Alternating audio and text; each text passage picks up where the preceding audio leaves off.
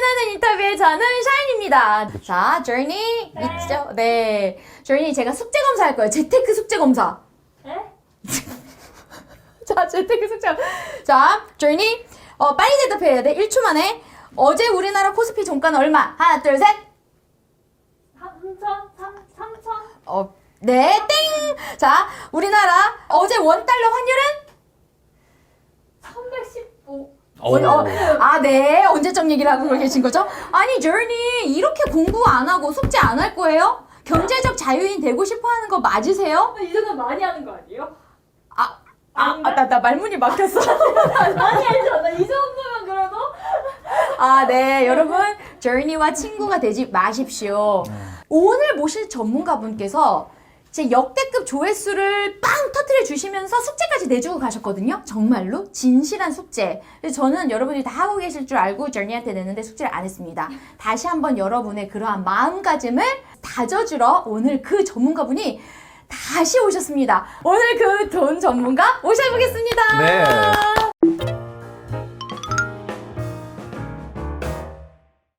제가 사상 최초로 2번 나오는 거 맞아요? 처음이에요. 우리 돈님만세 역사상 처음 맞죠? 맞습니다. 영광이네, 영광.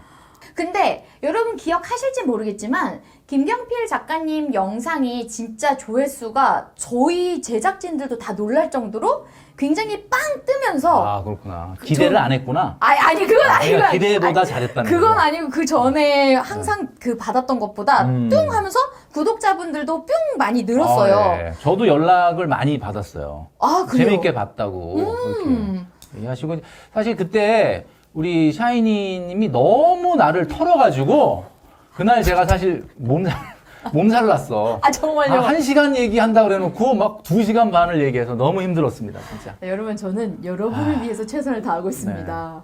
자, 작가님, 네. 제가 기분 좋은 소식을 접했어요. 예. 저희 그 어마어마한 조회수 기록하시고 나서 국민영수증 그 네. 프로그램 멘토까지 되셨다고. 맞아요, 예. 다 그 돈님만세 덕분이죠. 아니, 이런 걸 기대한 건 아니에요. 그냥 그런 거 기대한 솔직히 거 아니에요? 아니에요. 그냥 사실은 하여튼 부티나는 인터뷰 나오고 나서 여기저기서 연락을 많이 받고 공중파까지 많이 나가고 불려다니고 바빴던 것 같은데 이번에 이제 또 국민영수증 네네. 예능 프로잖아요, 사실. 그쵸. 예능 프로다 보니까 저랑 딱 맞는 것 같아요. 맞아, 정말 맞아요. 그리고 실제로 왜냐면 많은 분들이 저희 그 댓글에다가 김경민 작가님, 그러니까 너무 내용도 좋은데 말씀 자체를 너무 재밌게 해주신다 이렇게 하면서 많은 MZ 세대 분들이 호응을 해주셨거든요. 네. 아무튼 앞으로 돈님만세도 더 잘 되시고 이 부티나 인터뷰가 더 잘 될 수 있도록 오늘도 한번 근데 또 오늘도 털려야 되는 거야? 네, 더 이상 털릴 게 없을 것 같은데. 아닙니다. 아무튼, 네. 여기 다 준비가 네. 여기에 다 되어 있거든요. 그래요? 예. 자, 오늘, 그럼 피의자 신분으로 어디 끌려온 것 같네. 그렇죠. 다 대답하셔야 됩니다. 네. 지난번에 방문해 네. 주셨을 때 저희 구독자분들에게 숙제를 내주신 것이 그렇죠. 매일같이 해야 될 활동 3가지. 예. 이거 3가지 확인하라 라고 했는데 그것 좀 다시 한번 얘기해 주시겠어요? 일단 기본적으로 이제 작년에 많은 분들이 이제 주식시장에 뛰어들어서 우리 개미분들이 현장에서 일단 주식 투자를 시작을 했기 때문에 맞아요. 기본적으로 경제의 흐름이라든가 이런 것들을 매일매일 체크업을 하실 텐데 중요한 거는 결국 그냥 뉴스가 쏟아지고 그냥 매스미디어에서 떠드는 이야기를 따라가는 게 아니라 내가 스스로 한번 경제의 기본적인 부분을 한번 따라갈 수 있게끔 하기 위해서 일단 기본이라 그랬죠. 3가지를 맞아. 매일 체크를 해보자. 맞아. 자, 그게 뭐였냐면은 일단 시장금리입니다. 금리. 예, 금리, 국고채 금리라고 했죠. 그 다음에 2번째는 이제 원달러 환율. 달러 환율. 그 다음에 3번째가 이제 국내 주식 상황을 봐야 되니까 네. 코스피 지수. 이 3가지를 매일같이 기록해보자. 그치, 이렇게. 기록하라고 쓰라고 하셨었죠. 맞습니다. 이게 보려고 하는 게 아니라 이제 외울 필요는 없지만 내가 직접 기록을 한번 해보자. 자, 기록을 하다 보면 어떠냐면 생각을 하게 되죠. 네, 생각하지. 띵킹을 하게 된다. 네. 라는 겁니다. 그러니까 네. 생각을 자꾸 하다 보면은 이거 왜 그렇지? 오늘 요즘 왜 자꾸 얘는 스물스물 올라가지? 얘는 왜 자꾸 스물스물 떨어지지? 이렇게 생각을 하다 보면 궁금한 게 생기잖아요. 맞아. 자, 그러다 보면 조회하게 되고 공부하게 된다. 자, 사실 우리가 뭔가를 많이 가르쳐 드리려고 해도 다 가르쳐 드린다고 해서 그것을 내 걸로 만든다는 건 어려워요. 그런 것 같아요. 여러분들이 관심을 갖고 시작해야 되는 게 그래서 이 3대 경제 지표를 매일 체크온 하는 것이 중요하다. 라는 말씀을 드린 거죠. 정말 중요한 것 근데 같아요. 이제 금리라는 것이 시장의 어떤 경제 상황을 나타내는 여러 가지 지수 중에서 사실 제일 관심이 없는 거긴 해요. 맞아. 왜냐하면 원달러 환율은 뭐 우리가 이제 요즘은 코로나 때문에 해외여행 못 가지만 네. 뭐 해외여행 갈 때는 맨날 그거 들여다보고 맞아요, 있잖아요. 맞아요. 더 쌀 때 살려고. 쌀 때 살려고 몇 푼 바꾸지도 않으면서 하여튼 뭐 그런 생각을 많이 하잖아요. 네. 그리고 사실 코스피는 아무래도 내가 이제 주식에 지금 참여를 하고 있으니까 맞아. 당연히 이제 보게 되는데 시장 금리 사실 뭐 변화도 미미한데다가 이거 뭐 이렇게 관심을 안 갖게 되는데 사실 요즘 금리를 요즘 관찰해라라고 말씀드리면 많은 분들이 무슨 질문을 제일 많이 하냐면 요즘 이렇게 대출 금리는 빨리 올라가는데 아, 예금 금리는 왜 이렇게 안 올라가냐? 진짜요. 그거 화나요. 이런 거를 네. 많이 물어보시더라고요. 그래서 저도 이제 곰곰이 한번 생각을 해봤거든요. 자, 여러분들 아마 느끼실지 모르겠는데 금리 올라간다라고 하고 나서 대출 금리는 그냥 득달같이 올라갔죠. 근데 예적금 금리는 그렇게 빨리 올라가지 않는 것처럼 느끼게 된다는 맞아요, 거예요. 맞아요. 왜 그럴까? 자, 일단 그냥 쉽게 설명하면 이럴 것 같아요. 돈 갖고 있는 사람이 갑이다. 잠깐만, 은행이 돈을 갖고 있는 곳이구나. 돈 빌려주는 사람이 그냥 갑인데 네. 우리가 또 이렇게 얘기하면 또 우리 시청하시는 분들이 또 머릿속에 그렇게 입력하시면 안 되잖아요. 그러니까 이제 조금 우리가 경제 원리로 풀어서 생각을 해보면 이렇게 한번 생각해 볼 필요가 있을 것 같아요. 일단 우리가 돈을 필요로 하는 사람과 돈을 빌리려는 사람과 시장에는 돈을 빌려주려는 사람이 존재하죠. 네, 네. 자, 그런데 돈을 빌리려고 하는 사람과 빌려주려고 하는 사람은 우리가 이제 수요와 공급이다 뭐 이렇게 이야기하잖아요. 오케이. 자, 그런데 돈을 빌려주려고 하는 사람은 금리인 가격에 민감합니다. 네. 왜 그러냐면 만약에 지금 금리가 한 2%로 우리가 누구한테 돈 빌려줄 수 있다. 그럼 이제 근데 금리가 앞으로 3%로 오를 것 같다. 그러면 안 빌려주고 빌려줘. 기다리죠. 맞아, 맞아. 네. 아니면 뭐 야, 2%뭐 남는 인건비도 안 나온다. 뭐 주식 투자를 하자. 뭐 이렇게 딴 데 갈 수도 있고. 이렇게 금리라는 가격에 민감해요. 공급자는. 공급자는. 자, 그런데 오케이. 수요자. 요즘 대출 받기 어려우시죠, 여러분? 대출 규제잖아. 근데 네. 대출 받는 사람은 돈을 필요로 하는데 이 사람들은 가격에 둔감하다. 왜냐면 지금 당장 써야 돼. 그렇죠. 다 써야 되니까 네. 뭐 2%가 됐든 3%가 됐든 4%가 됐든 일단 써야 되니까. 네. 자, 그래서 이걸 우리가 경제 원리로 얘기할 때 자금을 공급하는 사람은 금리인 가격에 대해서 공급이 굉장히 탄력적이다 이런 얘기를 많이 하거든요. 그러니까 탄력적이다라는 말은 가격이 변하는 거에 따라서 공급이 확 늘어났다, 확 줄어들었다 한다는 뜻이에요. 네, 네. 여러분들 시장에서 관찰하실 수 있겠지만 네. 그다음에 수요, 돈이 필요한 사람들은 네. 금리인 가격에 대해서 굉장히 수요가 비탄력적이에요. 이건 비탄력적이다라고. 그러니까 뭐냐면은 비탄력적이라는 게 뭐야? 그냥 아무리 금리가 높아도 빌릴게. 그렇지. 이렇게 되는 거예요. 맞네, 그러니까는 당연히 시장 금리의 변화에 따라서 대출 금리가 빠르게 올라가고 예적금 금리는 늦게 반응할 수밖에 없는 거예요. 맞네. 야, 이거를 돈 가진 사람이 갑이다라고 표현할 수 있는 거를 이렇게 되게 있어 그렇죠, 이제. 보이게.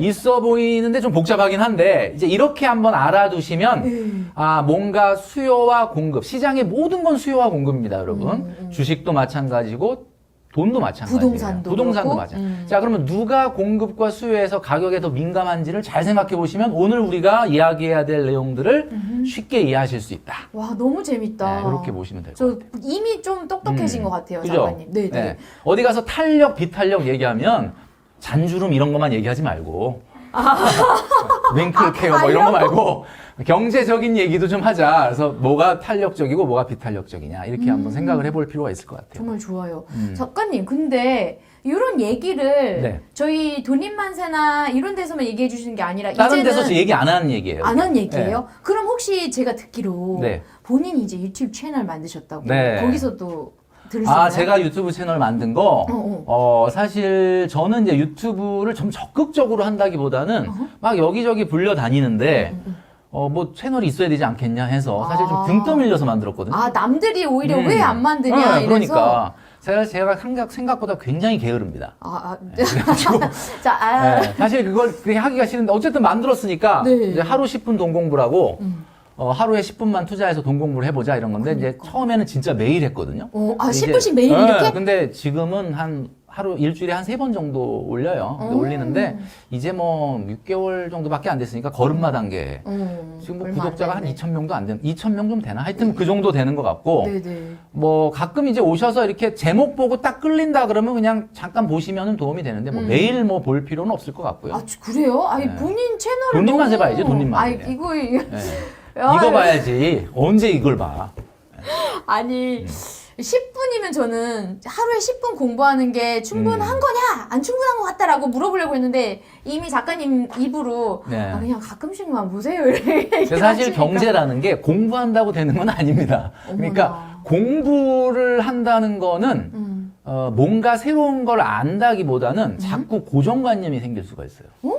이해가 안 가요. 무슨 그러니까 무슨 얘기냐면 오늘 우리가 이 시장금리, 그 다음에 원달러 환율, 그 다음에 코스피 지수를 적으라고 하는 것은 네. 얘네들끼리 어떤 시장에서 오늘 치고받고 상관관계가 있는지를 띵킹해보는 게 좋다고 그랬잖아요. 네. 띵킹이라는 게 사실 이게 뭔가 어떤 법칙, 자연법칙처럼 답이 있는 게 아니잖아요. 그렇죠. 사회과학이라는 것은 답이 있는 게 아니기 때문에 정답이 딱 정해져 있지 않아요. 그러니까 이렇게도 생각해보고 반대로 생각해볼 수 있도록 하기 위해서는 사실 공부라기보다 공부는 이렇게 하는 거지. 뭐 예를 들면 자 금리와 환율의 관계는 반비례 막 외우는 아, 거야. 그게 시험에 공부야. 맞출 그런 건 공부인데 네. 그러면 반비례라는 고정관념이 생기게 되니까 반비례가 아닌 경우도 많거든요 시장에서. 맞아요. 그런 상황을 생각을 못 하게 되는 거죠. 그러니까 물론 금리가 올라가면 원달러 환율이 떨어질 수 있는 영향이 있다는 건 맞지만 원달러 환율이 꼭 금리에만 영향을 받는 건 그런 건 아니니까. 아니고. 그러다 보니까 어떤 공부라는 틀에 본인을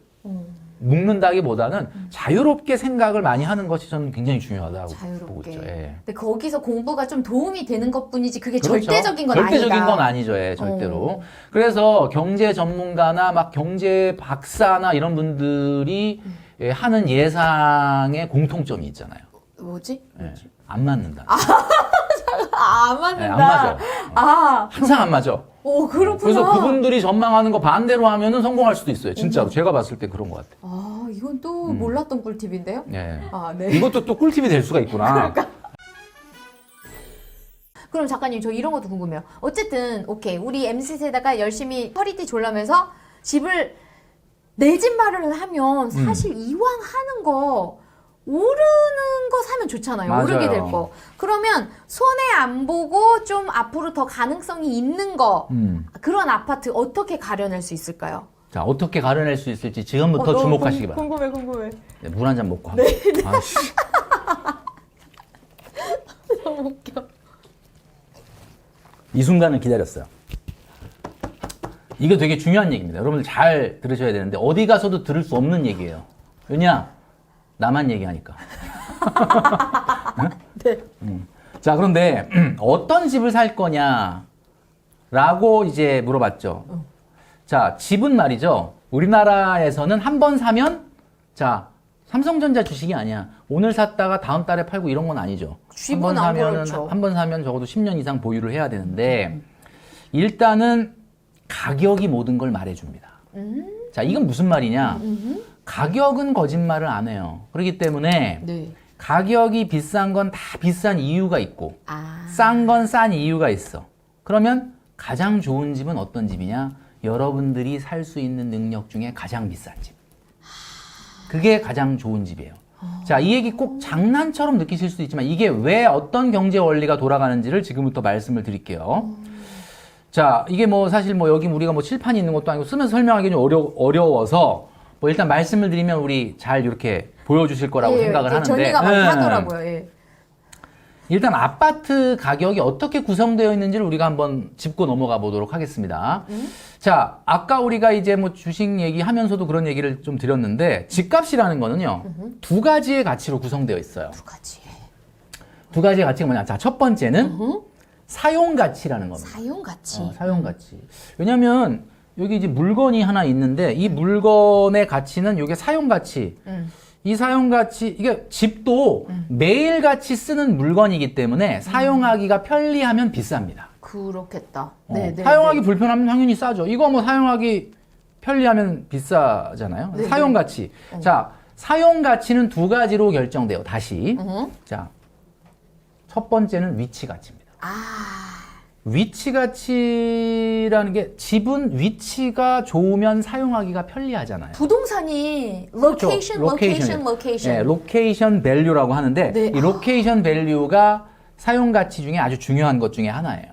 그다음에 두 번째 신축 가치.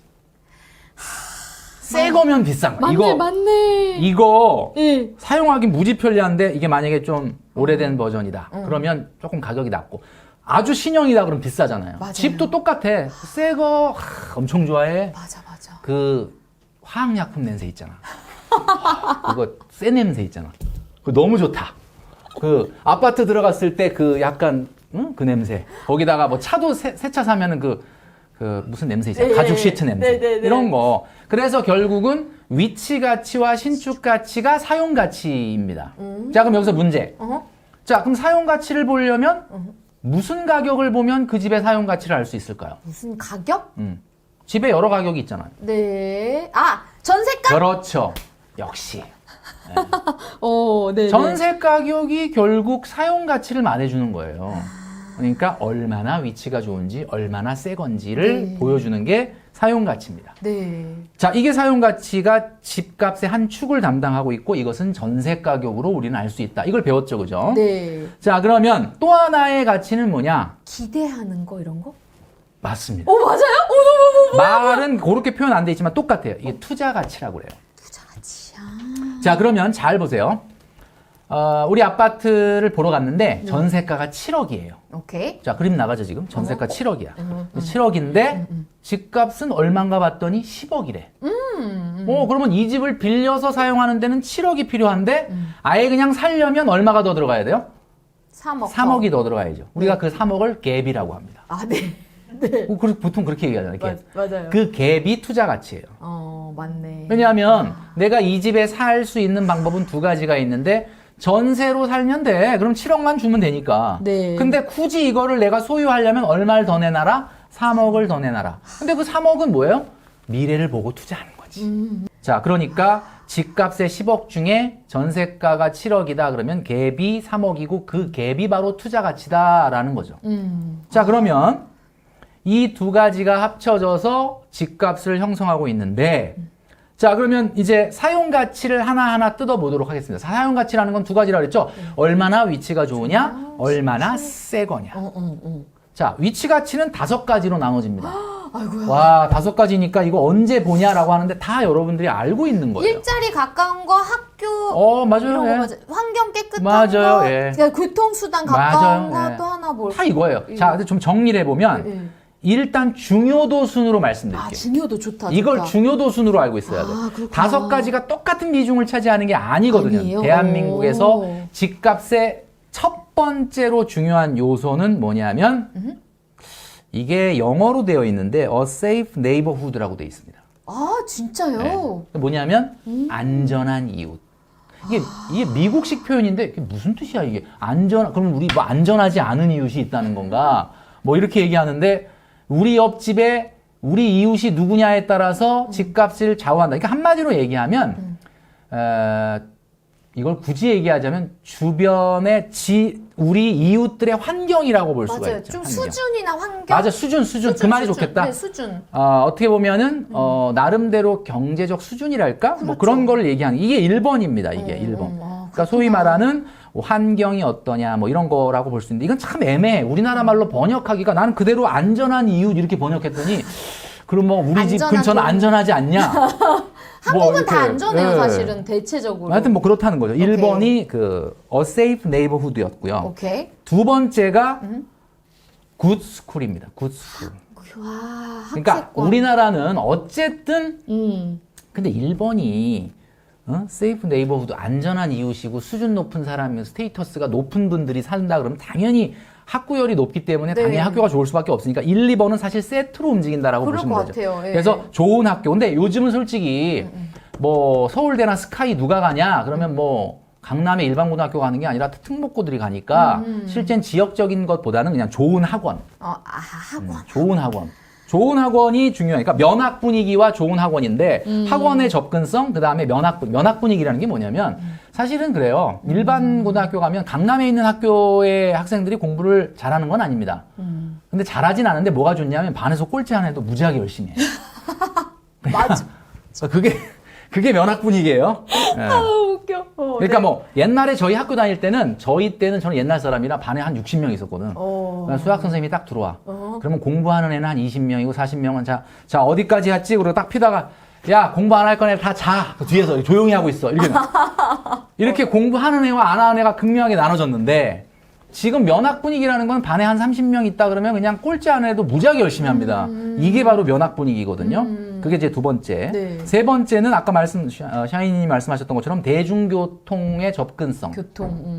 대중교통의 접근. 근데 서울은 요즘 웬만하면 마을버스 한두 정거장 타면 다 지하철 연결되고 뭐 이거는 굉장히 어떻게 보면 차별점은 아니지만 굳이 얘기하자면 중요도에서 세 번째 정도 됩니다. 오케이. 네 번째는 아까 얘기했던 일자리 접근성. 자, 마지막 다섯 번째가 좀 재밌어요. 자, 첫 번째는 뭐냐? 안전한 이웃, 면학 분위기와 학군. 그 다음에 세 번째가 대중교통. 네. 그 다음에 네 번째가 일자리 접근성이라고 그랬는데, 네.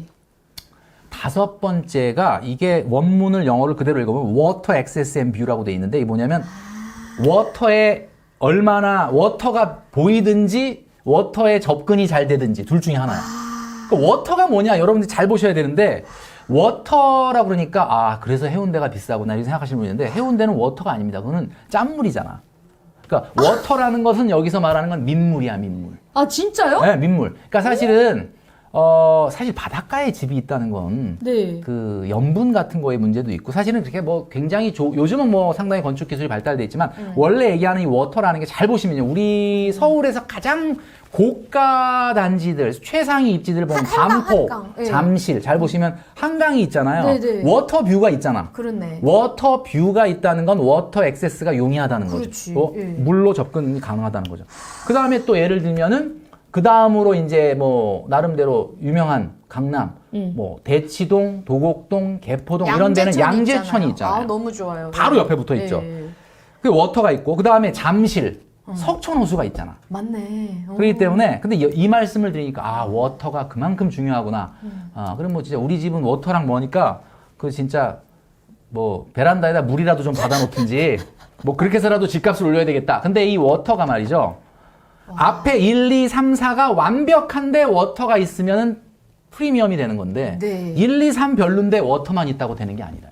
왜냐면 서울에 한강변을 두고 있는 게 압구정 반포만 있는 건 아니잖아요. 맞아요. 다른 데도 다 한강 보이는 데가 있다. 김포도 한강이 있잖아요. 김포도. 네, 그러니까 그게 이제 결국 1, 2, 3이 되고 워터가 있어야지 워터만 있다고 되는 건 아니다. 아, 중요한 포인트다. 자, 위치 가치는 이렇게 5가지라고 나눠지는데 여기서 정리하고 넘어가야 되는 것은 자, 1, 2, 3이 핵심이고 그 중에 1, 2번이 90%다.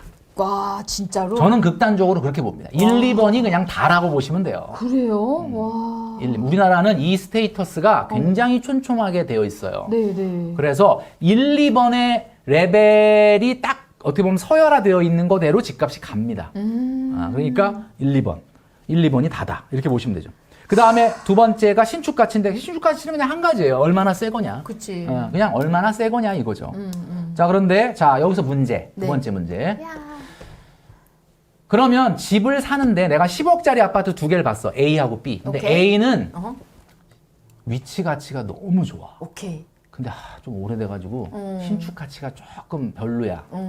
그래서 10억. 오케이. A. B는 위치는 조금 떨어지는데 와 너무 새 아파트고 빌트인 완전히 와우. 이렇게.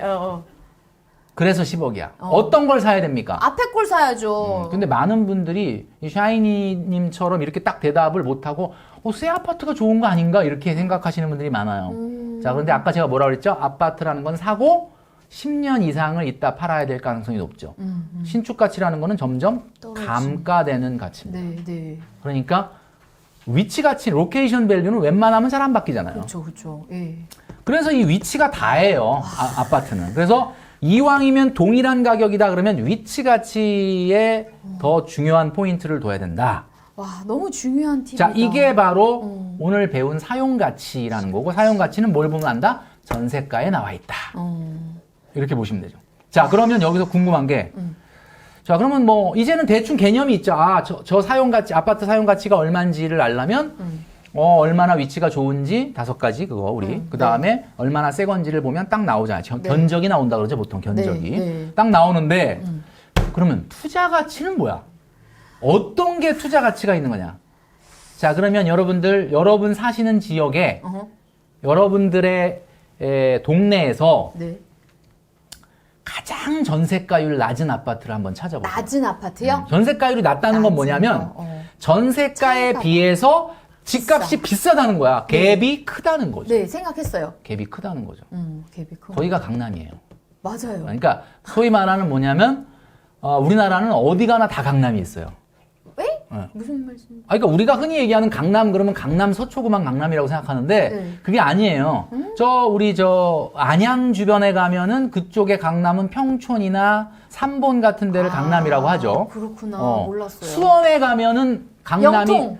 옛날에 영통이었는데 요즘은 광교. 광교입니다. 맞다. 그러니까 광교 사시는 분들이 어디 사세요? 그러면 저 수원 살아요. 절대 얘기 안 합니다.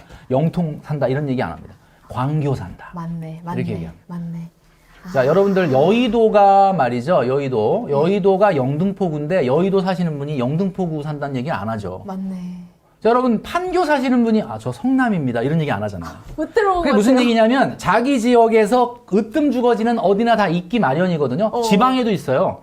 대구에는 수성구 범어동. 그렇지. 뭐 이런 게 이제 학군 좋고. 맞네. 그다음에 이제 뭐 부산 같은 경우는 해운대구나 뭐 수영구 이런 데가 뭐.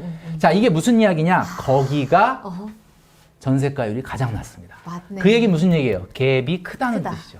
자, 여기서 비교할 때 여러분들이 어떤 걸 봐야 되냐면 똑같은 신축 아파트, 똑같은 이렇게 예를 들면 신축이면 신축끼리 비교, 뭐 10년 된 아파트는 10년 된 아파트끼리 비교를 해야 돼요. 이렇게 안 하고 그때 뭐 멘토님이 나와서 얘기했는데 보니까 비교해 보니까 아닌데 여기가 더 전세가율이 낮고 높은데 그건 왜 그러냐면 신축은 신축끼리 비교하고 10년 된 아파트는 10년 된 그렇게. 아파트끼리 비교해 보면 당연히 강남이라고 생각하는 으뜸 주거지의 아파트는 갭인 투자 가치가 큽니다. 자, 그럼 이 투자 가치는 어디서 오는 거냐? 이걸 우리가 알아야 되겠죠. 저는 이게 쉽게 이렇게 얘기하고 싶어요. 이름값. 살고 싶은 거. 이름값. 근데 이유를 모르겠는데 왠지 거기는 그냥 그런 거 있잖아, 왜? 그러니까 어디 가가지고 주소 적으세요 할 때 되게 맞아요. 자랑스럽게 쓸 수 있는 맞아요. 거. 그게 자, 그래서 이제 쉽게 얘기하면 그런 개념인데 이거를 조금 우리가 그래도 정확하게 경제 원리로 보면은 3가지가 있어요. 투자 가치. 갭이 큰 이유가 있다는 거죠. 네. 자, 첫 번째가 뭐냐면 재건축 가능성이 있느냐. 그렇지. 재건축 가능성이 있는 아파트들은 갭이 큽니다. 네. 자, 그다음에 두 번째는 지역별 인지도. 인지도. 인지도 있잖아. 네. 이게 그 서열이 있거든, 이게 또. 그 다음에 세 번째는, 요게 참 재밌는 얘기인데, 거주자 소득입니다. 자, 여러분, 이게 놀랍죠? 거주자 소득이 높은 동네일수록 투자 가치가 높다. 자, 이 얘기는 무슨 이야기냐면, 여러분, 만약에 여러분들이 그 동네에 집을 사고, 남한테 렌트를 해줬을 때 월세가 나오지 않겠습니까? 네. 근데 여러분 부자 동네에서 월세 놓는 거하고 그렇지 않은 동네에서 월세 놓는 거 어떤 거 월세 올리기가 편해요? 부자 동네가 그렇죠. 훨씬 부자 편해요. 동네는 그냥 월세 올리면 그냥 올려도 그냥 내요. 그냥 아이고 근데 그런가 보다. 예, 약간 부자 동네가 아닌 동네에서 월세 올린다는 건 상당히 눈치 보이고 쉽지가 맞아요. 않잖아요. 맞아요. 앞으로 자산에서 나오는 현금 흐름이 어디가 더 빨리 올라갈 거냐라고 하는 기대 심리가 으뜸 주거지일수록 소득이 높을수록 높기 때문에 그쪽은 당연히 투자 가치가 높고 당연히 갭이 커질 수밖에 없는 거죠. 진짜 너무 그리고 작가님 그것이 소득 수준이 높을수록 예를 들어 아까 학세권 얘기하셨잖아요. 맞아요. 위치같이 학원 같은 것도 좀 더 많이 쉽게 보낼 수 있으니까 학군이 형성되고 다 맞아요. 연결된 것 같아요. 맞습니다. 예, 그래서 일반적으로 거주자 소득이 높다라는 게 어떤 개념이냐라고 한다면 여러분 요즘 이제 우리가 지금 어떻게 하다 보니까 아파트 얘기를 하고 있는데 네. 아파트 얘기하면 사실 화나시죠. 네. 사실 솔직히 저도 이제 뭐 아파트 강의를 좀 많이 하고 있는데 솔직히 얘기하면은 2017년 전에는 아파트값 오르는 거에 대해서 저도 기뻤습니다. 근데 2017년 이후는 오르긴 오르는데 이렇게 찜찜해. 별로 이렇게 좋지가 않아요. 이게 오른다고 부가 늘어나는 것도 아니라는 거 아까 제가 말씀드렸잖아요. 네. 그런데 여러분 이걸 잘 아셔야 되는 게 우리 그 부티나는 인터뷰 이 돈립만세를 보시는 우리 시청자분들께서는 우리가 왜 경제를 이해해야 되느냐 하면 시장에서 벌어지는 상황을 내가 정확하게 이해해야만 액션을 취할 수가 있어요. 근데 만약에 분노만 하잖아요? 그러면 그냥 그걸로 끝이야. 왜냐하면 여러분 잘 보세요. 그 어떤 상황이 벌어졌어. 야, 저 아파트가 막 30억이래. 뭐 강남에 뭐 40억이래. 그러면 아유, 이러고 분노가 차오르잖아요. 근데 그걸 분노만 하는 분은 그냥 막 분노를 폭발하고 본인의 어떤 액션을 취하지 못합니다. 냉정해지지 못하거든요. 근데 맞아요. 시장에서 벌어지는 상황이 정말 나를 힘들게 하고 괴롭게 할지언정 이게 왜 이런 현상이 벌어지는지에 대해서 정확하게 꿰차고 있어야 내 나름대로의 어떤 액션을 취할 수가 그럴 있다는 것 거예요. 같아요. 그래서 오늘 그 얘기를 하는 거거든요. 자, 그러면 한 가지 이제 예를 제가 들어보겠는데 그 가장 강남의 아파트 얘기할 때 많이 거론하는 게 제가 강의 때도 얘기하는 거고 요건 뭐 다른 데서 좀 얘기한 겁니다. 여기서만 얘기한 건 아니고 예. 그 반포에 가보면 신축 아파트 중에 뭐 완전 신축은 아닌데 뭐 나름 신축이죠. 그 반포대교 딱 이렇게 보이는 아파트 중에 아리팍이요? 아리팍 예, 네. 잘 아시네. 아크로 리버파크라는 아파트가 있죠. 이 아파트가 지금 제가 오늘 오면서 조회봤는데 36억 6천이에요. 34평. 34평이. 네, 네. 그러니까 제가 2010년도인가 강의할 때 제가 무슨 머니쇼인가 그 아, 강의를 할 때 네. 제가 이런 얘기했어요. 2010년도면 지금으로부터 11년 전인데 네, 네. 앞으로 아파트는 무지하게 비싸질 거다. 아마 평당 5천 넘어갈지도 모르겠다. 이런 얘기 했다가 제가 항의를 엄청 받았거든요. 저희 좀 미친 사람 아니냐? 왜 저렇게 저 말도 안 되는 얘기를 하냐? 제가 2010년도에 그 얘기를 들었는데 와, 제 예상이 어떻게 됐습니까? 정확하게 빗나갔죠. 더 많아졌어. 나 5천이라고 얘기했는데 이 5천이 뭐야? 지금 억을 넘었어. 1억이 넘어갔어요. 와. 자, 이 아파트를 분석을 해봤습니다. 어떻게 분석을 해봤냐면 이 아파트에서 나오는 현금 흐름이 얼마인지를 한번 봐야 돼요. 이 주식을 분석을 할 때 이 주식이 비싸냐 싸냐를 어떻게 판단했냐면 이 주식이 한 주당 얼마를 버느냐를 보고 판단했죠, 여러분들. 그거 기본적인 거잖아요. EPS가 얼마야? 삼성전자는 뭐 요즘 추정 EPS로 보면 한 주에 뭐 한 1년에 한 5,700원 정도 번다. 그런 주식이잖아요. 네, 네. 그러면 아크로 리버파크는 1년에 얼마나 버냐. 이거를 우리가 생각을 해봐야 되거든요. 그걸 알려면 전세가를 보면 알 수가 있어요. 네, 네. 전세가를 제가 조회를 해봤더니 요즘 하도 그 임대차 3법 때문에 전세는 별로 없고 반전세가 많아요. 아, 그렇겠다. 그러니까 반전세를 봤는데 딱 평균을 낸 게 제가 본 게 이거야. 반전세가 얼마냐면 놀라지 마세요. 이 34평 아크로 리버파크에 빌려서 사용하는 반전세 가격 평균가는 보증금 10억에 월세 330입니다. 34평이. 34평. 네. 100평이 아니에요. 펜트하우스가 아니야. 10억에 330만 원이야. 자, 그러면 저 이거 보다가 아니 어떤 이 X가 이 돈을 주고 거기를 빌려서 쓰나 맞아, 맞아. 이런 생각 뭐 자기 집도 아닌데 10억에 330만 원이라는 얘기죠. 그러면 이 집주인은 1년에 얼마 들어오느냐 계산해 봤어요. 330만 원 12달 들어오죠, 월세가. 네. 3,960 오케이. 수익이죠? 네. 그 다음에 10억은 은행에 넣어놓으면 1%밖에 안 되지만 만약에 이거를 싹 다 월세로 돌린다면 요즘 월세 전환율이 2.5%입니다. 네, 네. 바뀐 거 아시죠? 4%에서 2.5%. 네. 월세 전환율이 2.5%니까 보증금 한 푼도 안 받고 싹 다 월세로 받으면 이 10억도 2,500만 원 네. 받을 수 있는 거예요. 아, 네, 네.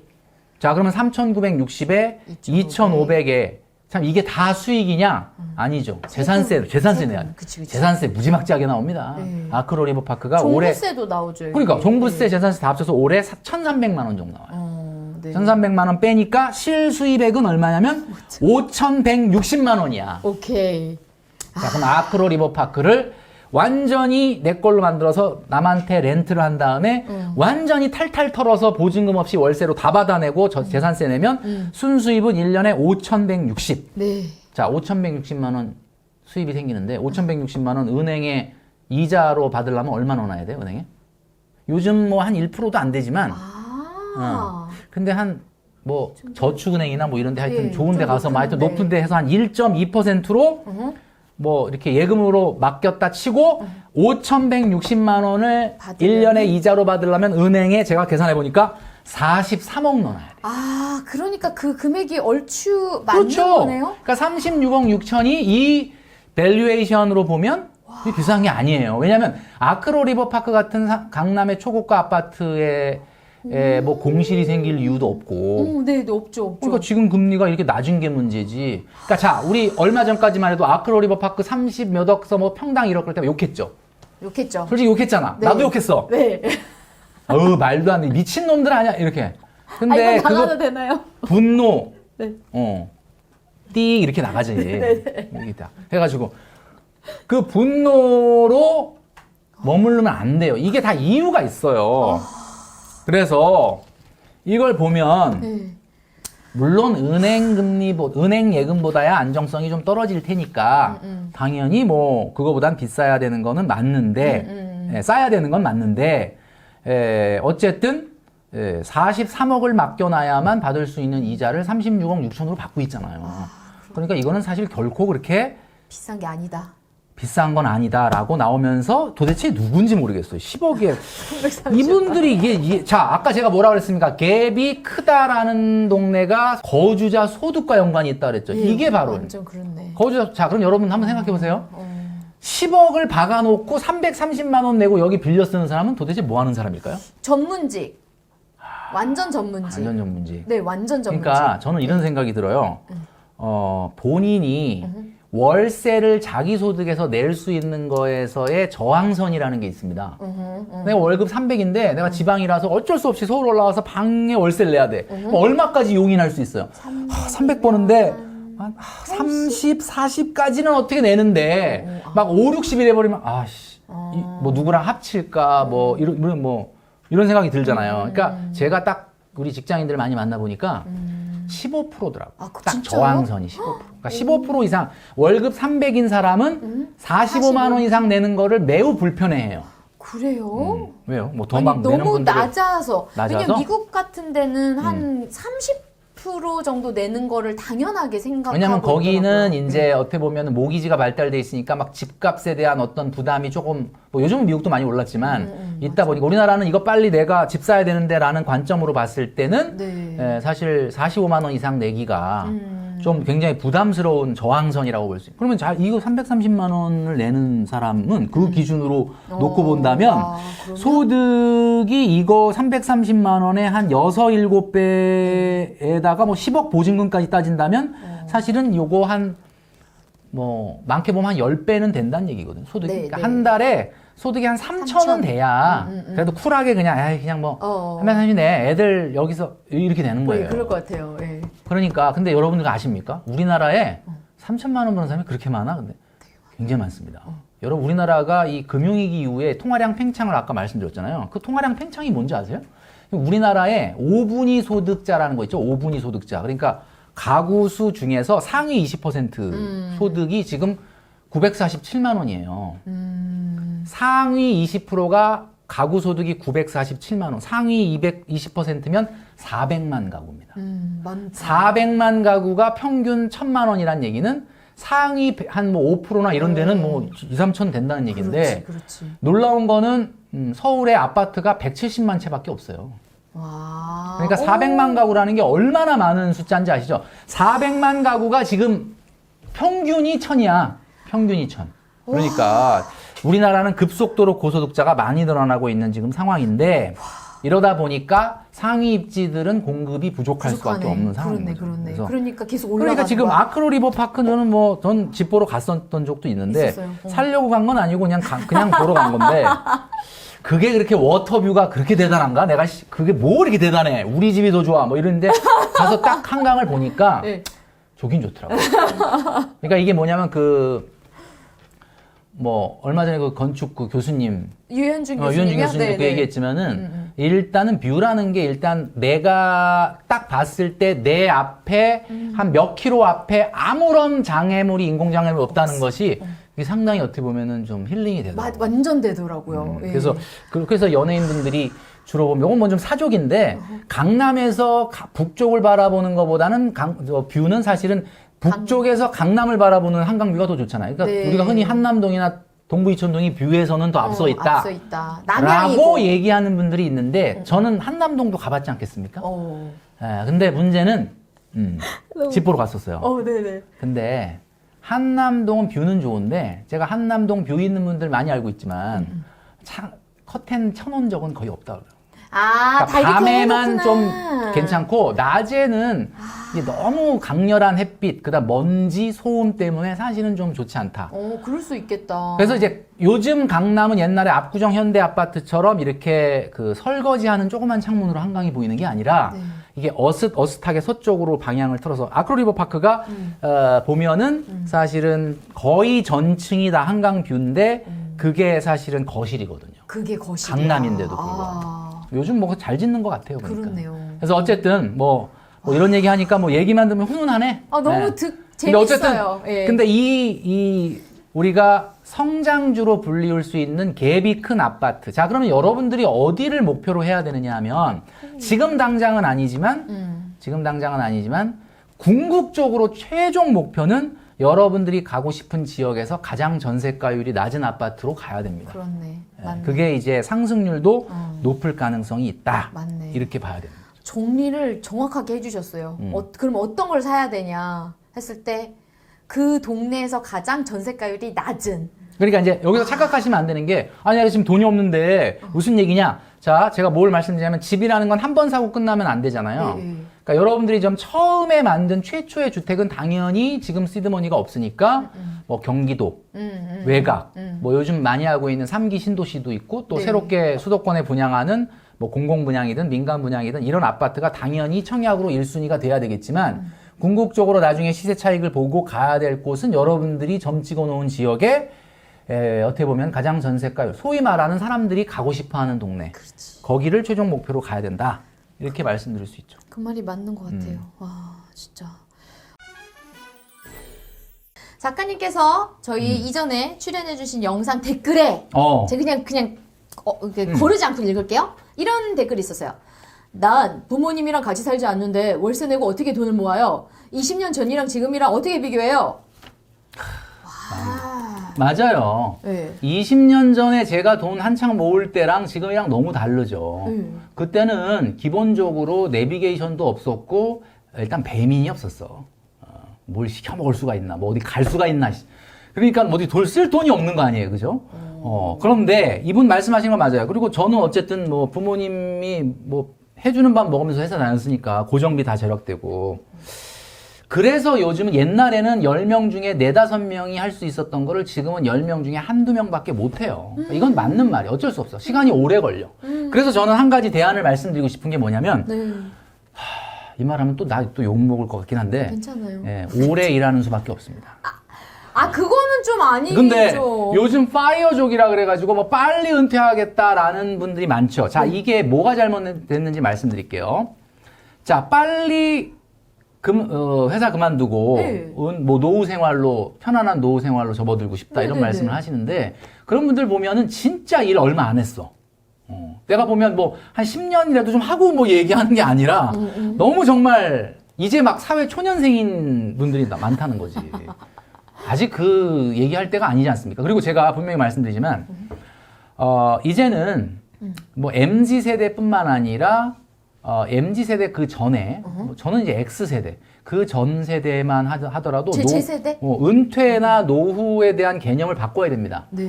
자, 워라벨이라는 말이 뭐 한동안 굉장히 유행을 했고 뭐 지금도 많이 쓰죠. 워라벨. 네. 워라벨. 그게 뭐예요? 워크와 라이프의 밸런스죠. 네. 그러니까 워크는 라이프가 아니라는 뜻을 담고 있어요. 네. 그러니까 일은 진짜 하기 싫은 거야. 이건 정말 빨리 탈출하고 싶은 거야. 그렇네. 나는 워크하고 라이프가 분리돼 있는 거야. 근데 여러분 이렇게 하면은 오래 못 가요.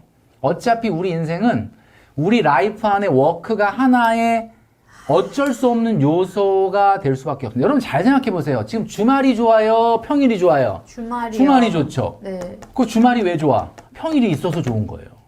잠깐. 만약에 평일날 가서 여러분들 상사한테 그렇게 시달리면 안 받아봐. 주말이 별로 안 즐거울걸? 너무 웃겨. 어떡해. 여러분, 이건 제가 농담이 아니라 제가 여러분들 뭐 이거 시청하시는 많이 우리 MZ세대분보다 뭐 인생 선배로서 말씀드리지만 제가 살아보니까 느낀 게 뭐냐면 인생은 말이죠. 네. 인생의 기쁨이라는 것은 고통의 크기에 비례합니다. 고통의 크기가 없으면 기쁨이 없어. 여러분 그 주말이 왜 이렇게 즐거운지 아세요? 평일날 너무 시달려서 그래. 만약에 여러분들이 백수한테 물어보세요. 주말이 어떤지. 주말 사람만 많이 돌아다니고 복잡하고 짜증나. 평일이 더 좋다. 그런 얘기죠. 우리 군대 갔다 오신 분들은 아시겠지만 왜 군대에서 먹은 라면이 그렇게 맛있냐? 예. 뺑뺑이 돌고 먹으니까 맛있지. 사회에 나와서 먹으면 맛이 없어. 그러니까 한마디로 이 세상의 모든 기쁨은 고통에 비례한다. 자, 이 얘기는 경제 원리하고도 관련이 있는데요. 네? 이게? 자, 여러분 잘 보세요. 어떻게 보면 내가 어떤 기대감을 갖느냐가 그 결과에 대한 어떤 그 가치를 결정하는 것들이 굉장히 많거든요. 자, 이제 우리가 이 라이프 중에서 왜 워크를 빼버리려고 하느냐? 여러분들이 아직은 신입사원이라서 그래요.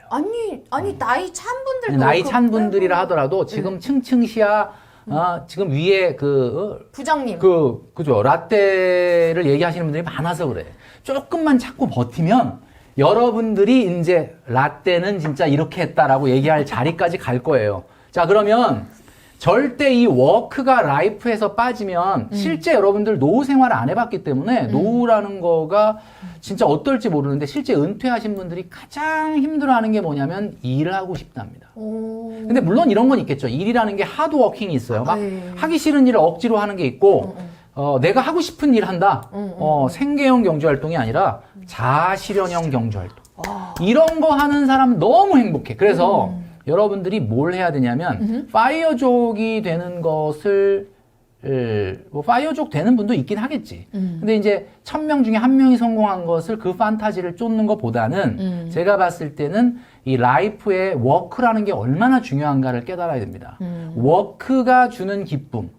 주말이 즐겁고 연휴가 즐겁고 명절이 즐거운 이유는 워크가 있어서 그래. 워크 없으면 즐거울 것 같아요? 즐겁지가 않습니다. 그래서 이것은 워크 없이 라이프를 보내는 노후 생활하는 분들한테 물어보세요. 가장 원하는 게 뭐냐? 워크. 네. 그분들이 그렇게 원하는 워크를 지금 여러분들이 하고 있는 거야. 네. 근데 잠깐만요.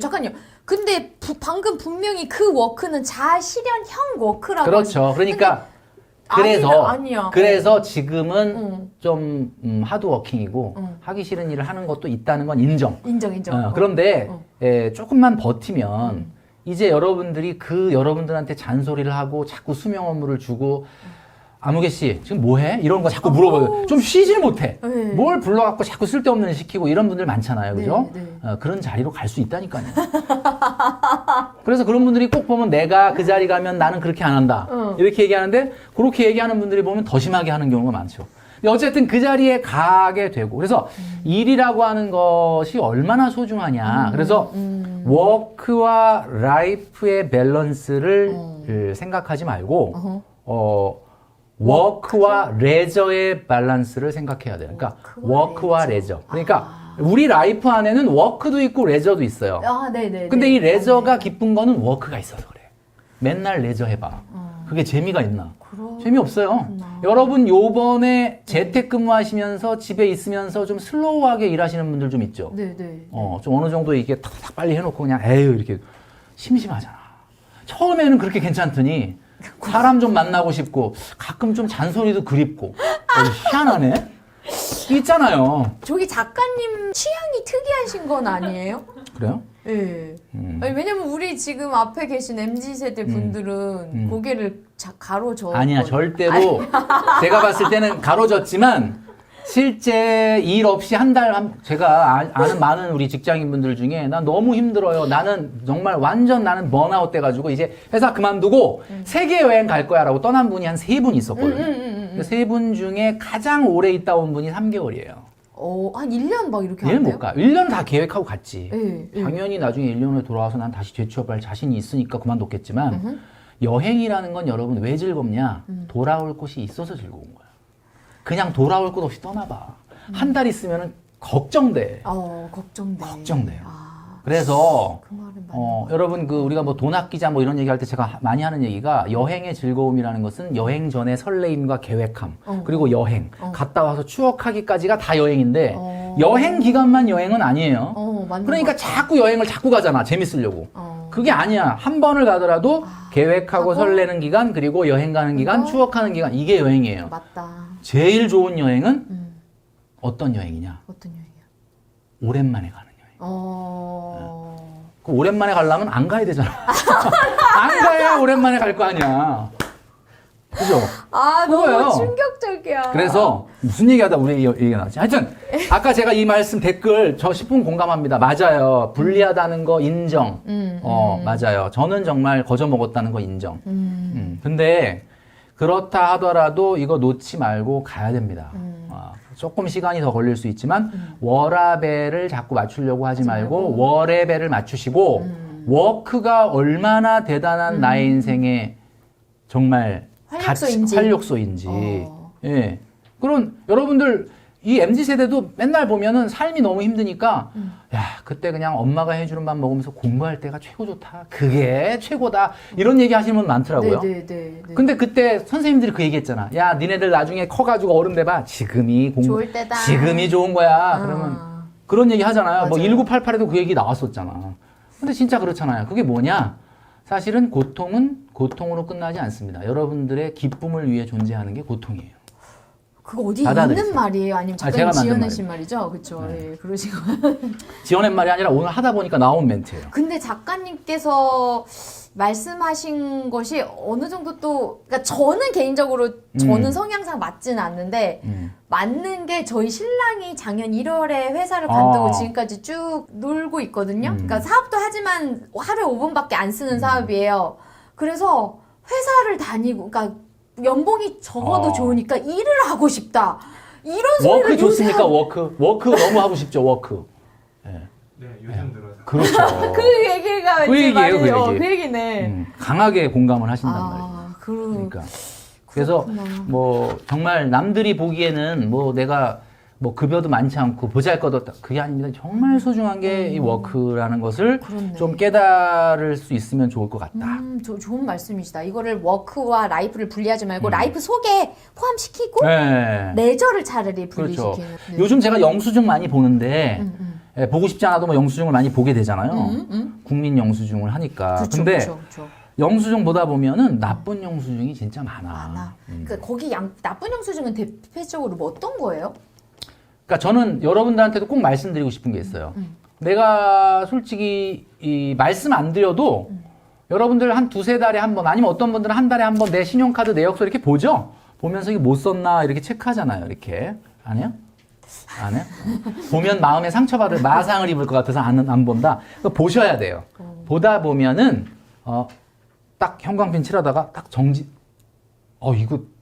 이거 내가 냈어?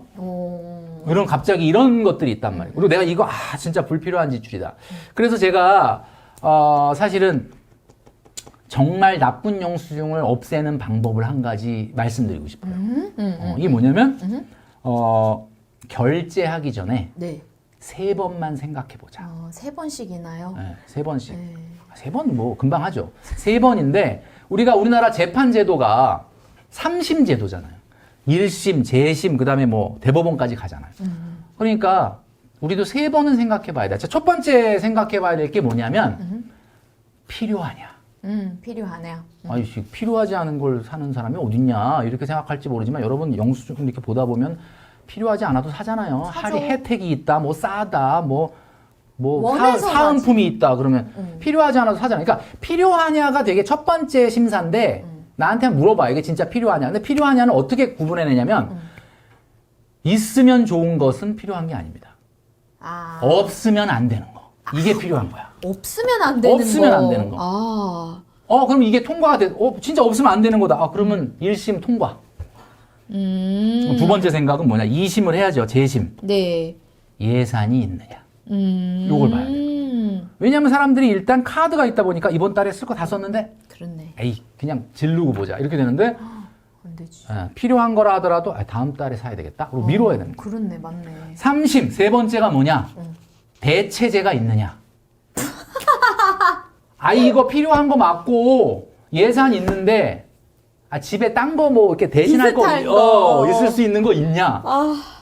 옷이 있으면 대표적이다. 사지 말아요. 옷이 근데 대표적이네. 옷은 뭐 조금 다를 수 있어요. 옷은 어쨌든 뭐 패션이니까 내가 뭐 오. 다양하게 이렇게 갈 수는 있는데. 그래요? 와, 그럼요. 와. 아니, 옷이 뭐 우리가 무슨 뭐 몸을 가리는 용도로 쓰는 게 아니잖아요. 그 얘기할 줄 알았어요. 아니 용도로만 보면 야 가릴 거 있잖아. 이렇게 되면 안 되는 거예요. 그러니까 패션이니까. 오케이. 나를 보여주는 거니까. 그래서 세 번째 것까지 딱 가니까 이제 요거 제가 국민영수에도 얘기했는데 그 나온 게스트분 개그맨이 그러시더라고요.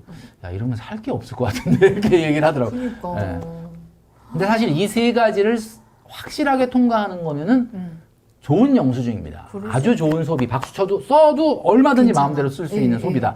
자, 이렇게 한번 하면, 그러니까 제가 영수증 나가고 난 이후에 그전에도 항상 돈을 안 썼는데, 남한테 맨날 이게 지금 말이야. 막 이렇게 하다 보니까 어디 가서 돈을 못 쓰겠어. 아 누가 또 보는 거 아니야? 솔선수범하셔야 되니까. 뭘 써도 어디 SNS에 올릴 수가 없어. 맞네. 그러다 보니까 야 이거는 뭐 국민을 부자를 만드는 게 아니라 그냥 나만 돈 안 쓰는 상황이 될 수도 있는데 아무튼 3번 정도 생각해 보는 건데 뭐 재미삼아라고 웃어 넘길 수도 있지만 여러분들의 소비 중에 이걸 한번 접목해 보면 나쁜 소비 좋은 하나만 막아도 한 달에 네네.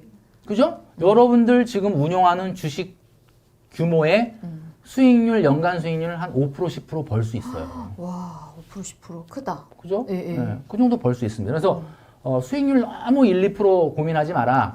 쓸데없는 돈 안 쓰면 그게 수익률 100%입니다. 그렇구나.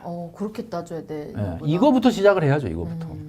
그럼 작가님 요즘에 또 이제 우리 MZ세대가 큰 돈이 없다 보니까 토익 투자라도 좀 이렇게 적극적으로 돈을 나눠서 투자하는 게 맞아요. 우선일까요? 제가 아니면 많이 만나보니까 그렇게 하고 저축하는 있더라고요. 거가 소액 투자. 일단 우선일까요? 그러니까 소액 투자라는 거를 일종의 분산 투자. 그러니까 예. 뭐 계란을 한 바구니에 담지 마라. 뭐 이런 얘기는 이제 어디선 다 들어보고. 그럼요. 그러니까 일단 소액 투자로 분산 투자를 하는 사람들의 심리를 제가 분석을 해보면 어떤 심리가 있냐면 자기 자신에 대해서 다른 사람이 나를 어떻게 볼까 라고 하는 것에 대해서 관심이 많습니다. 그러니까 뭐냐면 내가 적금을 한다 그러면 네. 야 너는 지금 이런 상황에서 적금을 하냐? 그거는 정말 스마트하지 못하다. 그리고 내 스스로가 생각할 때도 야 이거 지금 이런 상황에서 적금을 한다는 건 말도 안 돼. 라고 하는 나 자신을 좀 뭔가 위로하기 위해서 나의 자신을 좀 커버하기 위해서 그러기 위해서 하는 행동이 네. 다 찔끔찔끔 하는 거예요. 요것도 찔끔 저것도 찔끔 잘 몰라. 그러니까 모르니까 많이는 못해. 맞아. 뭐 이렇게 하니까 이거 일단 ETF가 하여튼 뭐 그것도 조금 하고 맞아. 뭐 펀드도 좀 하고 미국 주식 잘 모르겠지만 조금 하고 막 이러다 보니까 굉장히 내가 포트에 담은 뭐 금융상품이 굉장히 버라이어티해지는데 네네. 어쨌든 어딘가 보여줄 때 보면 다 더해봐야 금액은 얼마 안 되는데 일단 내용은 엄청 길어. 그럼 뭔가 내가 그래도 뭔가 좀 하고 있는 것 같은 느낌? 이게 최대의 적이라는 거죠. 그러니까 이것저것 여러 가지 한다는 건 똑바로 하는 게 하나도 없다라는 뜻일 수도 있어요. 어머나. 그래서 제가 봤을 때는 그러니까 요즘 이런 거 있다. 26주 적금. 그런 거 있어요. 5,000원, 이번 주에 5,000원 저축하고 다음 주에 10,000원 저축하고 매주 5,000원씩 올라가는 적금이 있거든요. 오케이. 그럼 뭐 40 몇만 원까지 올라가. 네. 그럼 40 몇만 원까지 올라갈 자신 있으면 그냥 5만 원 지금 하면 되지. 그치, 왜? 지금 예금으로 그걸 왜 하면. 그렇게 그 다음에 풍차 돌리기. 네. 그래갖고 이번 달에도 만기 타고 다음 달에도 만기 타고 뭐 이런 거 있잖아. 한동안 네, 유행이었는데. 저 했었는데, 저 이런 거는 말 그대로 진짜 돈을 찢어버리는 거죠. 진짜요? 네, 왜냐하면 만기가 자꾸 돌아온다는 것은 자꾸 고민을 만드는 거 아니겠습니까? 자기 스스로.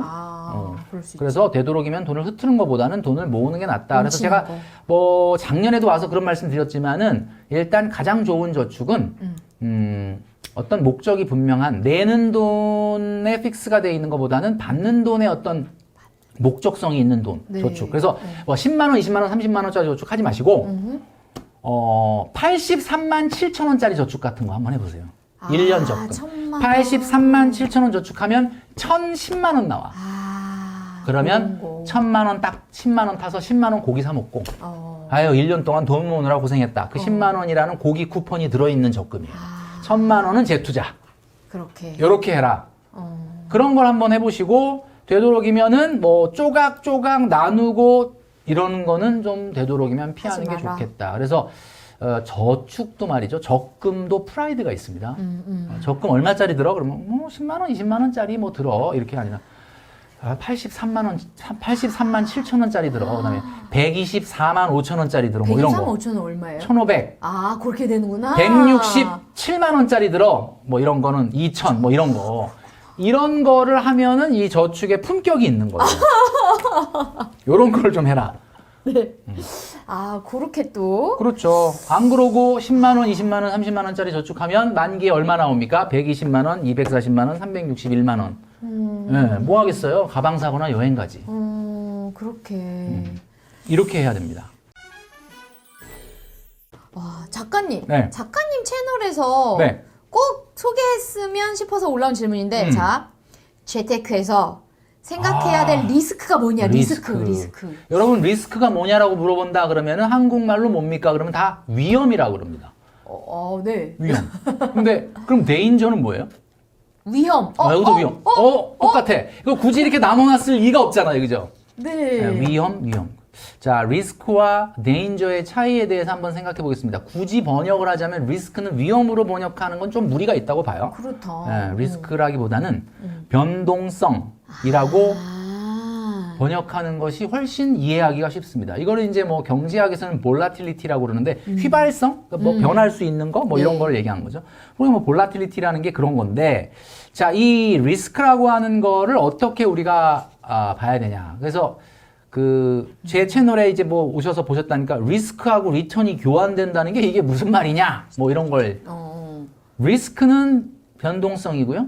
리턴은 일종의 수익이라고 볼 수 있죠. 네네네. 자, 변동성이 있어야 수익이 난다는 거예요. High risk, high return. 그죠? 그러니까 리스크를 얼마나, 내가 변동성을 얼마나 테이크하느냐에 따라서 내가 얼마의 수익이 날 가능성이 있다라는 거. 자, 리스크가 없는 자산도 있습니다. 리스크 프리 에셋이라고 그러거든요. 리스크 프리 에셋. 그런 자산이 있어요? 리스크 프리 에셋은 예금을 리스크 프리 에셋이라고 하죠. 이건 리스크 프리 에셋, 예금은 변동성이 없잖아요. 없어요. 은행이 망할 가능성이 뭐 없잖아. 거의 없죠. 네, 그러니까 이거는 변동성이 없는 리스크 프리 에셋이라고 하는데, 자, 그러면 당연히 초과 수익 리턴은 없죠. 많이 없지. 네. 네, 맞아요. 그러니까 이 말을 딱 듣는 순간 뭐가 깨달아야 돼? 아, 그러니까 리스크는 데인저가 아니구나. 데인저는 무조건 피해야 돼. 지나가다가 데인저라는 거 보면 무조건 가지 마세요. 삼각대가 이렇게 딱 데인저 있고 뭐 이렇게 맨홀 뚜껑 열려 있으면 그 안에 뭐 들어있는지 이렇게 쳐다볼 필요가 없어. 좋은 일이 생길 가능성이 아무것도 없는 거야. 데인저는 무조건 피해라. 그런데 리스크는 우리가 생각하는 위험이 아니기 때문에 무조건 피할 것이 아니라, 야, 저 변동성 안에 뭔가 수익은 어떤 것들이 있을 수 있을까? 그렇지. 이걸 보는 거죠. 아까 뭐 코인 물어보시고 그랬는데, 코인이라는 것 자체가 사실은 엄청난 변동성을 갖고 있습니다. 그 얘기는 거꾸로 얘기하면은 엄청 돈 벌 수도 있다는 얘기야. 안 그러면 뭐 완전 쪽박 찰 수도 있고. 그럼 그 리스크를 테이크할 만큼 지금 힘드냐? 꼭 그런 걸 해야 되냐? 꼭 그렇게까지 해야 되냐? 완전히 복불복이다. 그걸 물어보라는 거예요, 본인한테. 그래서 뭐 그렇게까지는 아니다 그러면 좀 그런 걸 좀 덜 투자한데, 나는 인생 뭐 있냐, 한 방이다 이러면 해야 되겠죠. 그만큼 단기간에 뭔가 그래서 리스크 리턴의 그 교환, 리스크 리턴 트레이드 오프라고 그러거든요. 리스크 리턴 트레이드 오프가 경제 원리 중에 가장 중요한 것 중에 하나야. 이 세상에서 리스크가 없는 거는 리턴도 없다라는 겁니다. 근데 이 리스크의 정도에 따라서 시장에서는 자산이 달라지는 거죠. 맞아. 자, 1년에 한 달에 200만 원씩 돈을 벌고 싶어. 오케이. 가장 안전한 자산으로 200만 원을 벌려면 은행에 예금하면 됩니다. 그렇네요. 네. 얼마면 되냐면 금리 1.2%로 맡기려면 한 20억 맡겨놓으면 한 달에 한 200만 원 나와요. 근데 너무 많잖아, 금액이. 네. 자, 이거 말고 좀 덜 내고 200만 원씩 받고 싶어. 그러면 아파트를 사세요. 아파트가 한 14억짜리 사면은 한 월세 200만 원 받을 수 있어요. 그래요? 오케이. 아까보다 훨씬 금액이 적죠. 은행은 20억 넣어놨어야 되는데 아파트는 14억만 넣어놔도 200 나오잖아. 오케이. 근데 이것도 비싸다. 조금 더 싸게 내고 200만 원 받을 방법 없냐? 그러면 리스크를 더 테이크하면 됩니다. 상가를 사세요. 홍대 가가지고 홍대 근처 상가를 사면 9억 6천짜리 사면 200만 원씩 월세 나와요. 네. 근데 이상해지고 있죠, 점점. 이상해지고 있어. 리스크가 조금씩 커지고 있잖아. 네네. 그 리스크가 뭐예요? 변동성이라는 거죠. 더 적은 돈으로 200만 원 받고 싶어. S전자 주식을 한 4,800주 정도 사. 그러면 이게 3억 6천 정도 되거든요. 네. 3억 6천만 내도 여태까지 냈던 그 뭐 수익을 기준으로 하면 한 2,400만 원 벌 수 있어요. 1년에. 그러나 싸지면 싸질수록 리스크가 커지고 그렇지. 싸진다는 거는 돈을 많이 벌 수 있는 가능성은 있지만 변동성이 커지고 있죠. 시장에는 이렇게 다양하게 리스크의 정도에 따라서 달라지고 있기 때문에 리스크와 리턴은 교환된다. 그런 뜻입니다, 이게. Risk and return trade-off. 네. 그걸 기억하면 된다. 그렇죠. 와, 재밌다. 그러니까 우리가 경제 공부라는 것은 사실은 리스크를 공부하는 거예요. 맞네요. 저 리스크가 어떤 정도의 리스크일 리스크냐. 거냐. 내가 라는 감당할 수 거를 있냐. 감당할 수 있느냐. 그치. 이거를 이제 분석을 하는 거죠. 재밌다. 그래서 조금 더 말씀드리자면 리스크는 두 가지가 있습니다. 두 가지 리스크. 하나는 체계적인 리스크. 에? 두 번째는 비체계적인 리스크. 그러니까 뭐 우리말로 하면 뭐 여기서는 굳이 위험으로 번역을 해서 쓰는데 네. 체계적 위험과 그러니까 체계적 위험과 비체계적 위험. 뭐 위험이라는 말을 안 쓴다면 체계적 변동성과 비체계적 변동성이다. 근데 변동성이 어떻게 체계적이에요? 그렇죠. 그러니까 영어로 얘기하면 이게 영어를 우리나라 말로 번역을 했기 때문에 말이 좀 이상한데 영어는 systematic risk라고 하고 unsystematic risk라고 하는데 아마 이제 재무 공부를 하신 분들은 다 아실 거예요. 자, 체계적 리스크라고 하는 게 뭐냐면요. 한 번 발생을 하면 이 세상의 모든 자산에 다 영향을 미치는 리스크예요. 코로나 이거는 뭐 네. 모든 자산에 다 영향을 미치잖아요. 네. 그러니까 이건 체계적 리스크. 그다음에 공황이 왔다, 금융위기가 왔다, 유가가 막 폭등을 한다, 막 이런 어떤 경제 변수는 모든 자산에 다 영향을 주니까 이런 거는 체계적 리스크라고 하고 이 체계적 리스크는 피할 수가 없어요. 없어. 그런데 오늘 우리가 얘기하려고 하는 것은 이 비체계적 리스크, unsystematic risk라고 하는 건데 이 비체계적 위험은 특정 기업에만 발생하는 리스크. 예를 들면 이런 겁니다. 뭐 과거에 한 항공사가 뭐 이렇게 뭘 집어 던져가지고 땅콩을 집어 던져가지고 그냥 기업 이미지가 안 좋아지고 막 이래가지고 막 주가가 떨어지고 막 그랬잖아요. 네네. 그 리스크는 그 기업한테만 생긴 리스크이기 때문에 네네. 내가 그 항공사 아닌 다른 항공사나 다른 주가를 사놨다면 그 주가 하락을 피할 수 있었죠. 네. 그러니까 이거는 비체계적 위험은 분산 투자를 하면 피할 수 있습니다. 그렇네. 근데 체계적 위험은 분산 투자한다고 피할 수 있는 게 아니야. 다 같이 떨어지니까 전략적 배분이 뭐 크게 의미가 없는. 그래서 지금 내가 어떤 시장에 어떤 리스크가 발생했다. 자, 이게 체계적 위험인지 비체계적 위험인지를 먼저 생각을 하셔야 돼요. 만약에 체계적 위험이다라고 한다면 이것은 시장의 분산이나 종목을 바꾼다고 해서 해결될 수 있는 문제는 아닐 수도 있어요. 네, 네. 빨리 채권으로 도망가든지 현금으로 찾아놓는 게 맞을 수도 있죠. 그런데 만약에 비체계적 위험이다. 특정 기업이나 특정 산업에만 발생하는 리스크라면 이것은 분산으로 해결할 수도 있는 리스크죠. 그렇네. 이제 그런 걸 보고 먼저 판단을 해야 된다. 투자를 잘하는 사람들 같은 경우는 그럼 이 비체계적 리스크를 줄이는 사람들이 특히 잘하겠네요. 비체계적 리스크. 그렇죠. 근데 이제 비체계적 리스크를 줄인다라고 했는데 사실 이게 참 아이러니한 게 아까 뭐라고 그랬습니까? 리스크가 있어야 리턴이 있다 그랬잖아요. 비체계적 위험을 줄여버리면 수익률이 떨어져요. 분산 투자를 하면 수익률이 떨어집니다. 맞네. 그치. 그러니까 분산 투자는 수익률 방어에는 도움이 되죠. 요즘 같은 주가 조정기를 앞두고 있다면 뭐 내가 굳이 주식 시장에 어떻게든 머물러 있어야 된다면 분산 투자나 오히려 간접 투자 이런 것들이 좀 방어적이죠. ETF 뭐 이런 거. 근데 ETF. 근데 내가 사실은 많이 먹으려면 어쩔 수 없이 비체계적 위험을 함수해야 되는 거죠. 좀 몰빵을 하거나 그렇죠. 이런 식으로. 그렇게. 그게 이제 어떤 투자 원리인데 아마 이건 뭐 주식 투자를 해보신 분들은 너무나 잘 알고 있는 내용인데 이 내용 알고 있는 막연한 거를 원리로는 이런 원리구나 이렇게 이 정리를 해놓으면 조금 도움이 되실 수 있을 것 같아요. 네. 그러면요. 이제 사실 대다수의 분들이 이렇게 돈을 버는 방법으로 회사를 다니신단 말이에요. 네. 직장인들, 월급쟁이들이란 말이에요. 맞아요. 그럼 월급쟁이 분들이 부자가 되려면 어떻게 할 수 있을까요? 지금 시점에서 2021년 어떻게 할 수 그러니까 있을까요? 제가 오늘 말씀드린 그리고 전 시간에 말씀드렸던 내용을 종합을 해보면 자 부자라는 개념을 다시 정립을 해봅시다. 외국인들한테 한국 사람들이 가장 이상하게 보이는 것 중에 하나가 뭐냐면 한국 사람들은 입만 열면 부자 되겠다는 얘기를 한다는 거예요. 그러니까 외국 사람들은 그런 생각을 안 해, 아예. 아니, 부자라는 게 재산을 뭐 어떻게 엄청나게 물려받은 것도 아니고 어떻게 부자가 된다고 자꾸 저렇게 허언증이 있냐, 한국 사람들은. 아, 허언증? 자, 그런데 우리는 그런 부자를 얘기하는 게 아닙니다. 재벌, 그런 부자를 얘기하는 게 아니죠, 여러분. 그쵸, 예, 예, 진짜 예. 그런 부자를 얘기하시는 거예요? 뭐 벤처 시작하셨어요? 뭐 스타트업 해가지고 뭐 그게 아니라고 하면 우리가 생각하는 부자라고 하는 기준은 경제적 자유가 있는. 네, 맞네. 그러니까 맞네. 우리의 생활 수준을 어. 은퇴 이후에도 편안하게. 지금 여러분들 한 달에 생활비 한 250 쓰죠? 만약에 300 쓰죠? 그러면 나 일 안 하더라도 편안하게 이 정도는 내가 인출해서 써도 평생 쓸 수 있는 시스템. 내 집 있고. 내 집 자, 있고. 이게 우리 직장인들이 생각하는 어떻게 보면은 월급쟁이 부자다라고 말할 수 있을 겁니다. 뭐 동의하실 수도 있고 아닐 수도 있지만 이거 아니에요? 뭐 예를 들면 재벌이 돼야 돼? 자, 그게 아니라 내 집 있고 그리고 노후에 편안하게 지금 생활 수준을 유지할 수 있어야 되는데 지금 생활 수준을 유지하려면 지금보다 생활비가 많이 듭니다. 이걸 알아야 돼요. 지금 생활 유지하려면 왜냐면 지금 한 달에 내가 200만 원을 써. 네. 그럼 이거는 월요일부터 금요일까지는 회사 가구 쓴 돈이잖아.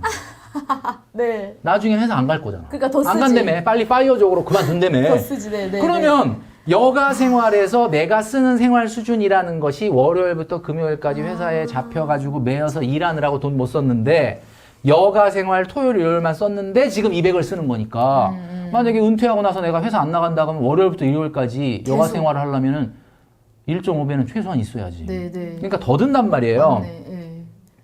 그러니까 회사가 얼마나 고마워. 돈을 안 쓰게 해줘. 여러분 안 쓰게 해주잖아요, 돈을.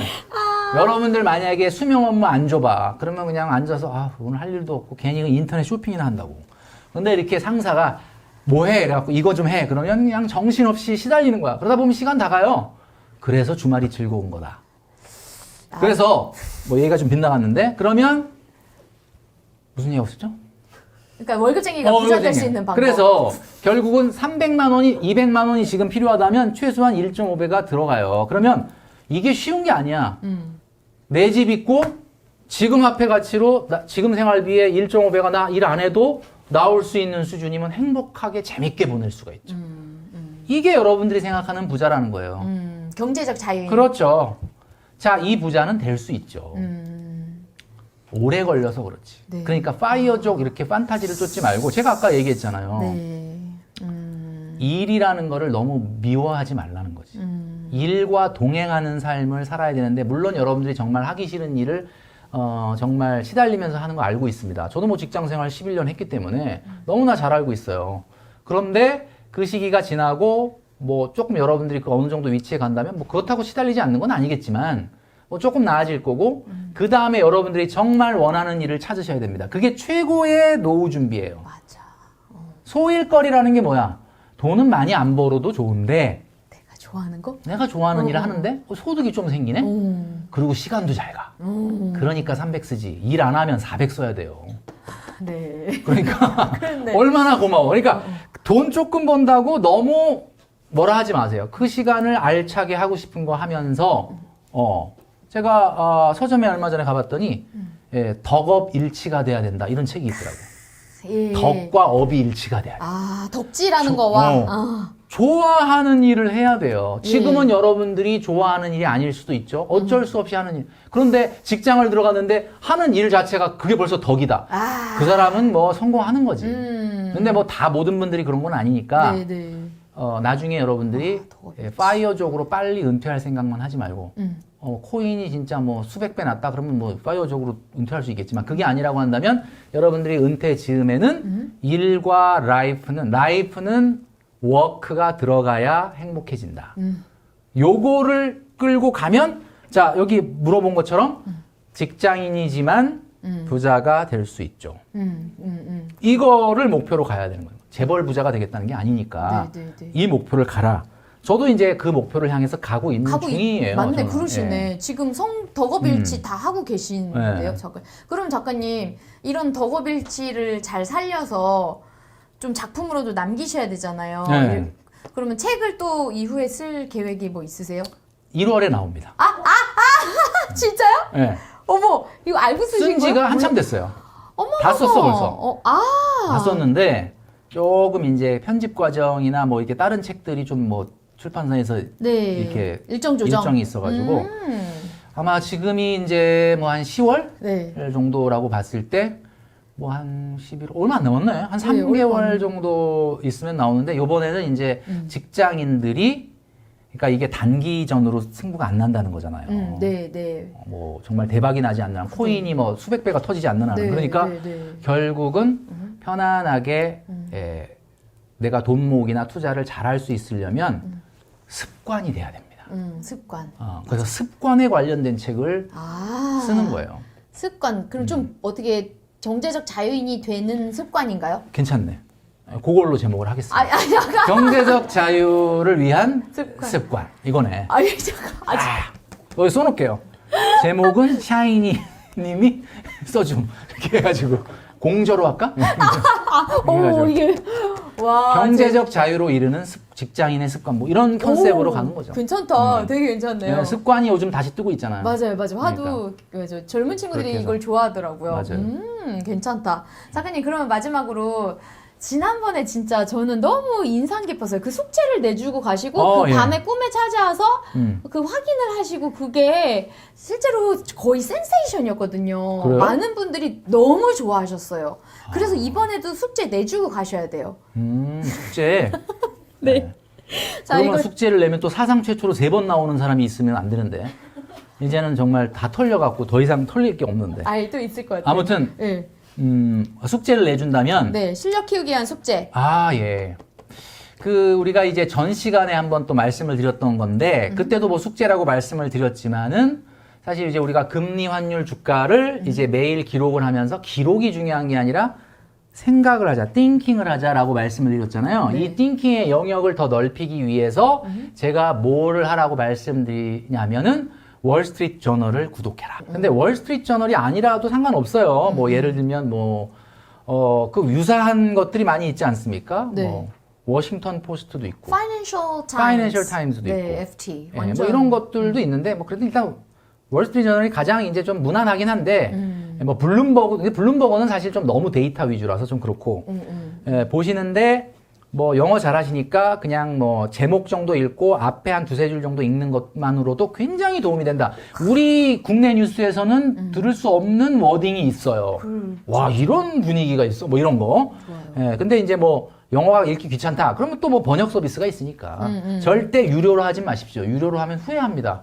돈은 나가는데 그럼 죄책감 느끼겠네요. 네, 제가 했다가 다 못 읽는데 이게 돈은 또 빠져나가니까. 그래서 유료보다는 무료로 했다가 진짜 자신 있으면 유료로 하시는데 뭐 다 읽을 일은 사실은 없고 요거 한번 해보자. 얼마나 좋아요. 할수 여러분 있을 것 지하철 딱 타실 때 여러분 탁 이렇게 보면은 옆에 사람 뭐 하냐 뭐 게임 구경하고 있고 이쪽은 막 풍선 터트리고 있는데 나는 월스트리트 저널 딱 읽는 거야. 그러면은 옆에 사람이 딱 보면은 좀 있어 보이지 않습니까? 네, 있어 보여. 네. 그리고 마음에 드는 이성이 있을 땐 반드시 그걸 해야 되는 걸로. 그럴 땐 무조건 월스트리트 저널을 여는 거죠. 네. 괜찮네. 괜찮죠. 네. 자, 그렇게 하면 좋을 것 같습니다. 이번 숙제는 그래도 비교적 간단하네요. 간단하죠? 네. 깔기만 하면 되니까. 그니까. 근데 이걸 읽는 거는 사실 좀 쉽진 않죠, 이것도. 그걸 습관화하도록 내년 초에 네. 1월에 책이 나온다고 합니다, 네. 여러분. 혹시 뭐 제가 진짜 뭐 그럴 일은 없겠지만 책이 나 이후에 또 뭐 내년쯤에 한번 뭐 놀 일이 있다 그러면은 그때는 뭐 새로운 거를 한번 만들어서 만들어서라도. 만들어야지 이제 뭐 다 미천 다 떨어졌지. 이거 뭐 2년에 걸쳐서 사실 다 떨어진 거 아니에요? 너무 웃겨. 죄송합니다. 제가 너무 쪽쪽 뽑아내가지고. 진짜 훌륭하신. 네, 우리 MZ세대 여러분의 경제적 자유를 위한 돈님만세 노력은 오늘도 이렇게 계속됩니다. 여러분, 오늘도 쪽쪽 뽑았습니다. 네. 여러분, 오늘 진짜 영상 좋으셨죠? 좋아요 꼭 눌러주시고요. 혹시나 아직도 구독 안 하고 계시다면 구독 버튼도 눌러주세요. 오늘 여러분들을 위해서 진짜 장시간 정말 탈탈 털려주신 김경필 작가님께 큰 박수 드릴게요. 네, 감사합니다. 고생하셨습니다.